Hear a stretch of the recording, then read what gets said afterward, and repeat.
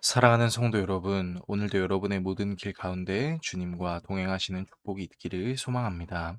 오늘 우리가 함께 묵상할 하나님 말씀은 사무엘상 14장 1절에서 23절입니다. 이제 블레셋의 대군을 보고 매우 두려워하여서 어찌할 바를 몰라 하고 있었던 사울과 그의 군대 속에서 하나님을 철저히 신뢰했던 요나단과 그의 부관이 하나님의 일하심을 보게 되는데요. 어떤 내용이 있는지 살펴보겠습니다. 이 전쟁에 대치 중인 상황 속에서 사울의 아들인 요나단이 자기의 무기를 든 소년, 이제 부관이라고 하겠습니다. 이제 부관에게 말합니다. 우리가 블레셋 사람들의 부대로 건너가자. 자, 그런데 그의 아버지에게는 말하지 않습니다. 왜 말하지 않았을까요? 그 이유가 2, 3절에 나오는데요.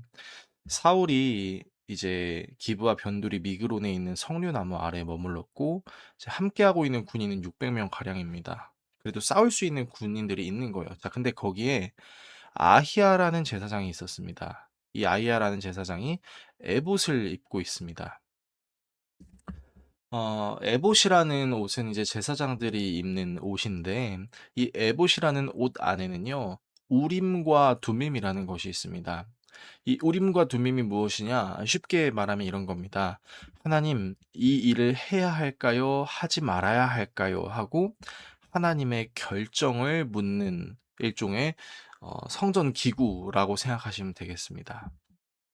그러니까 아히야가 에봇을 입고 거기 있었단 얘기는 무엇이냐? 하나님, 이 블레셋과의 전쟁을 해야 합니까? 하지 말아야 됩니까? 를 묻고 있는 것이라는 거죠. 그리고 이런 내용을 묻고 있다라는 것은 무엇을 우리가 알 수 있을까요? 바로 사울은 전쟁을 하고 싶지 않은 거예요. 이거 전쟁했다가 빼도 박도 못하고 완전히 망할 것 같다. 그러니까 우리 하나님께 물어보자. 그렇게 이야기하고 있는 것이죠. 그리고 요나단은 그 생각에 완전히 반대되는 모습, 이제 블레셋 사람들에게 접근하는 것이죠. 자, 그런데 요나단이 블레셋 사람들에게 접근할 때 험한 바위가 있었습니다. 하나의 이름은 보세스, 하나의 이름은 세네입니다. 자, 북쪽에 믹마스 앞에 있고 남쪽에 게바 앞에 우뚝 일어서 있는 이 바위는 아마 요나단과 부관으로 하여금 너희들 여기 쉽게 접근하지 못할 걸 이라는 두려움을 제공해 주는 바위들이죠. 자, 그런데 요나단은 멈추지 않습니다. 자신의 부관에게 말하죠. 우리가 이 할례 받지 않는 자들에게 건너가자. 여호와께서 우리를 위하여 일하신다. 여호와의 구원은 사람이 많고 적음에 달리지 아니하였다. 정말 멋진 고백인 것 같습니다. 음, 만약에 저였더라도 저도 사울처럼 두려워했을 텐데 여호와의 구원은 사람이 많고 적음에 달리지 않았다고 말하면서 두 명이 단 두 명이 지금 블레셋 진영으로 가고 있는 거예요. 진짜 어떻게 보면 바위로 계란을 치는 듯한 모습이 보이는 것이죠.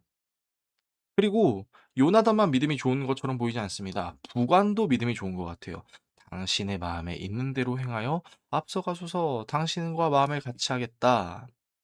음, 대단한 믿음들입니다. 그래서 이제 요나단이 이제 부관한테 말하는 거예요. 자, 우리가 블레셋 사람들에게 우리의 모습을 보이자. 그런데 그들이 야, 너희들 딱 기다려.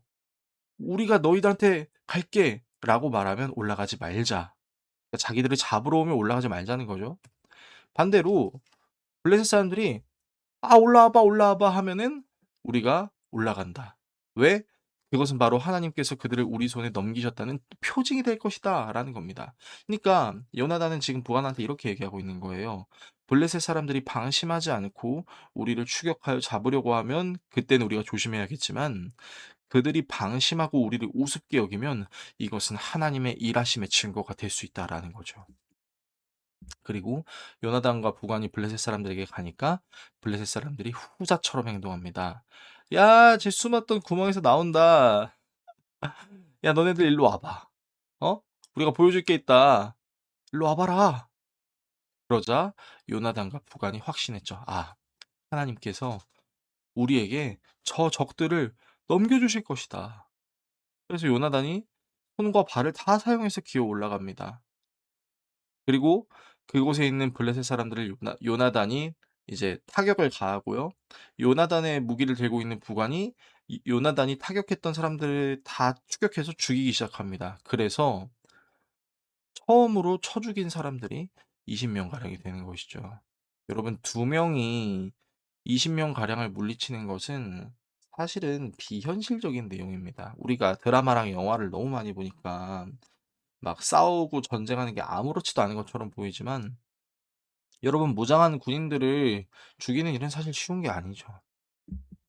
이건 하나님이 하셨다라고밖에 말할 수 없는 것입니다. 그리고 하나님의 일하심이 명확하게 등장하죠. 15 절을 보십시오. "모든 백성들이 공포에 떨었다. 부대와 노략군도 떨었다. 땅도 진동하였다." 그러니까 이거는 하나님의 역사하심이다라고밖에 설명할 수 없는 것이죠. 자, 그런데 이제 베냐민 기브아에 있던 사울의 파수꾼이 이제 블레셋 사람들이 이리저리 흩어지게 되는 것을 이제 보고 있는 거죠. 그리고 이제 사울에게 보고를 합니다. "사울 왕이시여, 지금 블레셋 사람들의 진영이 이상합니다." 자, 그리고 사울은 그제서야 우리 점호하자." 했는데, 점호를 하니까 요나단과 부관이 없어진 것을 그때 알게 된 거예요. 여러분, 지금 사울의 군대가 얼마나 오합지졸인지를 우리가 알 수 있는 겁니다. 점호는 아주 중요한 개념이거든요. 전투 부대를 항상 준비하게 하는 일종의 군대에서 진행되는 그런 일들인데, 그거를 이제 제대로 하고 있지 않았다라는 거죠. 그리고 이제 요나단과 부관이 없어진 걸 보니까 사울의 마음에 불안이 생깁니다. '내 아들에게 무슨 일이 생긴 건 아닐까?' 그러면서 사울이 무슨 행동을 하죠? 하나님의 궤를 가지고 오라고 합니다. 자, 여러분, 지금 사울이 하고 있는 행동이 이전에 이스라엘이 블레셋을 무찌르기 위해 했던 행위라는 거 여러분 기억하고 계신가요? 하나님이 이거 정말 싫어하셨죠. 그래서 이스라엘이 대패했었어요. 하지만 놀랍게도 지금은 하나님의 궤가 이스라엘 자손과 함께 있습니다. 그리고 제사장에 그렇게 사울이 말하고 있을 때 블레셋 사람의 진영에 소동이 점점 더해지니까 "아니다, 아니다. 언약궤 갖고 오지 마라." 라고 이제 반려한 다음에 이제 사울과 모든 군인들이 전장으로 가 보니까요. 블레셋 사람들이 각각 자기 동무들을 칼로 치고 있습니다. 하나님이 일하고 계신다는 것을 본 것이죠. 그래서 블레셋 사람들에게 도망했던 히브리 사람들도 또 마음을 돌이켜서 사울과 요나단과 함께 이스라엘 사람들과 합할 뿐만 아니라 숨어 있었던 이스라엘 사람들도 나와서 블레셋 사람들을 해치웁니다. 그리고 사무엘은 이 내용을 여호와께서 그날에 이스라엘을 구원하심으로라는 말로 기록함으로 오늘 본문이 마무리됩니다. 오늘의 말씀을 우리의 삶에 어떻게 적용해야 될까요? 사울의 믿음과 요나단의 믿음을 생각해 봅시다. 사울은 블레셋의 수많은 군대들을 보고서는 제사장 아이야에게 전쟁을 해야 할지 말아야 할지를 알게 하죠. 왜냐하면 사울은 자신에게 있는 약 600명의 군인들을 바라보며 이 전쟁에서 승리는 보이지 않는다고 생각했기 때문입니다. 그런데 사울이 보지 못했던 게 있었어요. 승리의 근원이신 하나님을 보지 못했죠. 요나단에게도 블레셋 군대의 진영에 있는 험한 바위가 보였습니다. 아까 우리가 보세스와 세네를 봤죠. 하지만 요나단은 블레셋의 군대와 험한 바위 진영 너머에서 승리를 주실 하나님을 바라보고 있었습니다. 그래서 여러분, 믿음은요, 무엇을 바라보느냐라고도 설명할 수 있을 것 같아요. 히브리서 11장 1절에서 2절엔 이런 말씀이 있죠. 믿음은 바라는 것들의 실상이요 보이지 않는 것들의 증거니 선진들이 이로써 증거를 얻었다. 자, 요나단도 선진이죠. 보이지 않는 것을 보는 것이 믿음이라고 할 수 있겠습니다. 자, 칼집에 꽂혀 있는 사울의 칼과 하나님께 드려진 요나단의 칼을 생각해 봅시다. 자, 이스라엘 사람들 중에서 철기로 제작된 칼은요, 오직 사울과 요나단의 칼밖에 없었습니다. 사무엘상 13장 22절에 확실하게 나와 있죠.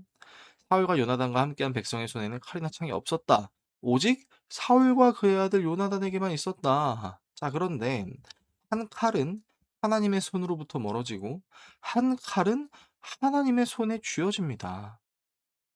요나단은 하나님의 구원은 사람이 많고 적음에 달리지 않았음을 믿었고, 사무엘은 이 전쟁의 기록을 하나님께서 이스라엘을 구원하셨다라고 표현합니다. 여러분, 전쟁은요, 하나님께 속하였다는 것을 기억해야 합니다. 그리고 이 요나단과 똑같은 모습을 보이는 사람이 나중에 등장하죠. 바로 요나단의 절친이었던 다윗이죠. 다윗이 골리앗을 물리쳤을 때 물리치기 전에 이런 발언을 하는 부분을 우리가 알고 있을 겁니다. 여호와의 구원하심이 칼과 창에 있지 아니함을 이 무리에게 알게 하리라. 전쟁은 여호와께 속한 것인즉 그가 너희를 우리 손에 넘기시리라. 굉장히 유명한 말씀이죠. 여러분, 우리의 믿음을 생각할 때 우리의 믿음은요, 우리의 시선을 항상 요구합니다. 바로 무엇을 바라보느냐의 개념인 것이죠. 우리의 눈은요, 연약해서 우리를 두렵게 만들고 힘들게 만드는 것에 그 시선이 쏠릴 수밖에 없습니다. 그래서 우리는 하나님의 은혜가 필요합니다. 내 상황과 환경을 보는 것을 넘어서 내 상황과 환경을 주관하실 수 있는 절대 주권자이신 하나님을 바라볼 수 있게 해 달라고요. 그리고 그 하나님께서 나에게 주신 재능이 하나님 나라를 위하여 쓰이기를 소망해야 할 것입니다. 이 사실을 기억하시는 저와 여러분 모두가 될 수 있기를 예수 그리스도의 이름으로 축원합니다. 기도하겠습니다. 우리를 사랑하시는 하나님, 나에게 주신 하나님의 재능이 나의 두려움으로 인해 썩히지 않고 하나님께 맡겨드림으로 하나님 나라의 빛을 발하게 해 주십시오. 모든 전쟁이 하나님께 속하였음을 믿음으로 우리를 위해서 싸우시는 하나님을 경험하게 해 주십시오. 예수 그리스도의 이름으로 기도합니다. 아멘.